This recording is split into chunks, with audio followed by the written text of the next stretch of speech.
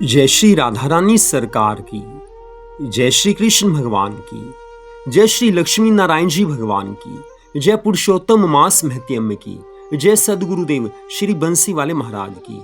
पुरुषोत्तम मास के इस पावन समय में आज हम आपको पुरुषोत्तम मास महत्यम के 5वें अध्याय की परम सुंदर कथा को सुनाने जा रहे हैं। जैसा कि आप सभी जानते हैं कि पुरुषोत्तम मास का परम पवित्र समय चल रहा है और इस पुरुषोत्तम मास में प्रातः स्नान के नियम का पालन करना, पूरी श्रद्धा भावना से भगवान की पूजा आराधना करना, विभिन्न पुराणों की कथाओं को सुनना और पुरुषोत्तम मास महत्यम की कथाओं को सुनना, ये सभी शुभ कर्म कहे गए हैं। पुरुषोत्तम मास में इन कथाओं को सुनने से अनंत गुना पुण्य फल की प्राप्ति होती है, भगवान की कृपा मिलती है, मनोकामनाएं पूरी होती हैं। तो पुरुषोत्तम मास के पहले 4 अध्याय की कथा आप सुन चुके हैं। तो 5वें अध्याय की कथा इस प्रकार है। देवऋषि नारद जी श्री नारायण भगवान से कहने लगे हैं, हे महाभाग, हे प्रभु, चरणों में पड़े हुए अधिक मास को भगवान श्री कृष्ण जी ने क्या उत्तर दिया और उससे क्या क्या कहा था, ये संपूर्ण वृतांत कृपा करके मुझसे विस्तार पूर्वक कहिए।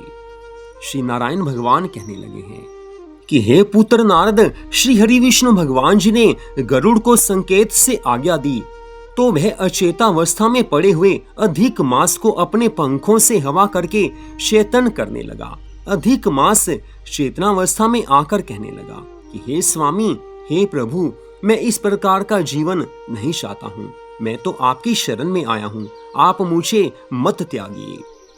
तब भगवान ऋषिकेश अधिक मास से कहने लगे हैं कि हे पुत्र, तू अब सोच मत कर, चिंता मत कर, उठ तो सही। मुझे तेरे दुखों के निवारणार्थ एक युक्ति सूझी है, जिससे तेरे सभी दुख दूर हो जाएंगे और तुझे परम आनंद मिलेगा। जो मेरी शरण में आ जाते हैं उनके सभी दुखों को मैं दूर कर देता हूँ। हे पुत्र, तू मेरे साथ गोलोक धाम को चल, जहाँ पर योगियों को भी दुर्लभ भगवान श्री कृष्ण जी, जो कि गोपीजनों के मध्य सदा विराजमान रहते हैं, श्री राधा रानी संग जो प्रभु वहाँ पर लीलाएं करते रहते हैं, उस गोलोक में तू मेरे साथ चल। वे भगवान श्री कृष्ण जी सब दुखों को दूर करने वाले हैं, वे ही तुम्हारा दुख दूर करेंगे। आओ पुत्र, हम दोनों उन्हीं के समीप चलें। इतनी कथा सुनाकर श्री नारायण भगवान देवऋषि नारद जी से कहने लगे हैं कि हे पुत्र नारद, इतना कहकर श्री हरि विष्णु भगवान जी ने अधिक मास का हाथ पकड़ लिया और उसे लेकर वो गोलोक धाम में पहुंचे हैं। ब्रह्मलोक की भांति गोलोक अवस्थित है, जो 3 करोड़ योजन मंडलाकार भूमि में तेज स्वरूप रत्नों से युक्त है। योगी जन इसे स्वप्न में भी नहीं देख पाते हैं, केवल वैष्णव जन ही वहां पहुंच पाते हैं। वह आदि, व्याधि, जरा, मृत्यु और शोक रहित और अगणित मंदिरों से सुशोभित है। गोलोक के दाईं ओर जो शिवलोक है, वहां भस्म रमाए सर्पों का यज्ञोपवीत धारण करने वाले भगवान सदाशिव अपने गणों सहित विराजमान रहते हैं। भगवान शिव के सभी गण सदा सर्वदा उनकी जय जयकार करते रहते हैं। गोपेश वेशधारी, कोटि चंद्रमा के समान शोभायमान भक्तों पर दया रखने वाले, इच्छा से रहित निर्विकार परम परिपूर्ण प्रभु रास मंडल के मध्य बैठे रहने वाले रास राशेश्वर श्री हरि भगवान श्री कृष्ण जी गोलोक में विराजते हैं। वहाँ विराजमान भगवान श्री कृष्ण मंगल स्वरूप, मंगलमय, पूजनीय, सर्व मंगलों के मंगल, परमानंद स्वरूप, राज सत्य, अव्यय, सर्व सिद्धियों के स्वामी, सर्व सिद्धि रूप और सिद्धि दाता, प्रकृति से परे, ईशान, निर्गुण, नित्य विग्रह, नित्य रूप, आदि पुरुष, अव्यय इंद्र रूप, परुस्तुत्य, नित्य स्वतंत्र एवं एक परमात्मा रूप है। ऐसे शांत स्वरूप का तो शांति परायण वैष्णव जन ही ध्यान धरते हैं।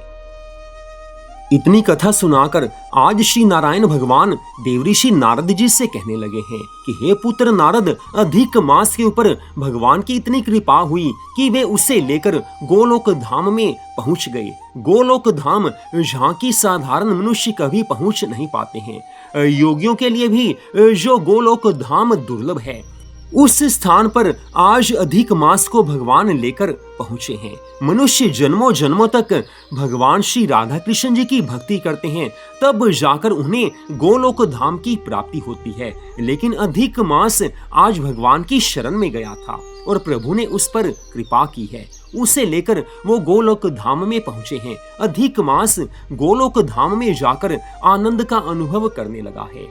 उससे पूर्ण विश्वास हो गया कि अब मेरे सभी दुख दूर हो जाएंगे, अब मुझे प्रभु की कृपा मिलेगी, अब लोग मुझे त्याज्य नहीं समझेंगे। जैसे बाकी सब मासों का सब मान सम्मान करते हैं, वैसे ही मेरा भी मान सम्मान अब प्रभु की कृपा से अवश्य होगा। अधिक मास यही सोच रहा है।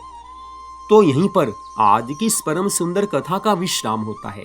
पुरुषोत्तम मास की ये परम सुंदर कथाएं जीवन में प्रभु प्रेम को दिलाने वाली हैं। इन कथाओं को सुनने मात्र से जन्मों जन्मों के पाप नष्ट हो जाते हैं। भगवान कैसे अपने भक्तों पर कृपा करते हैं, कैसे अपने भक्तों की मनोकामनाओं को पूर्ण करते हैं, अधिक मास की इस कथा से ये पता चल जाता है। आगे भगवान अधिक मास को क्या वरदान देते हैं, कैसे उस पर कृपा करते हैं, ये अगले भाग की कथा में आप सुन पाएंगे। जय श्री राधा रानी सरकार की, जय श्री कृष्ण भगवान की, जय श्री लक्ष्मी नारायण जी भगवान की, जय पुरुषोत्तम मास महत्यम की, जय सदगुरुदेव श्री बंसी वाले महाराज की। जय जय श्री राधे, जय जय श्री राधे, जय जय श्री राधे श्याम।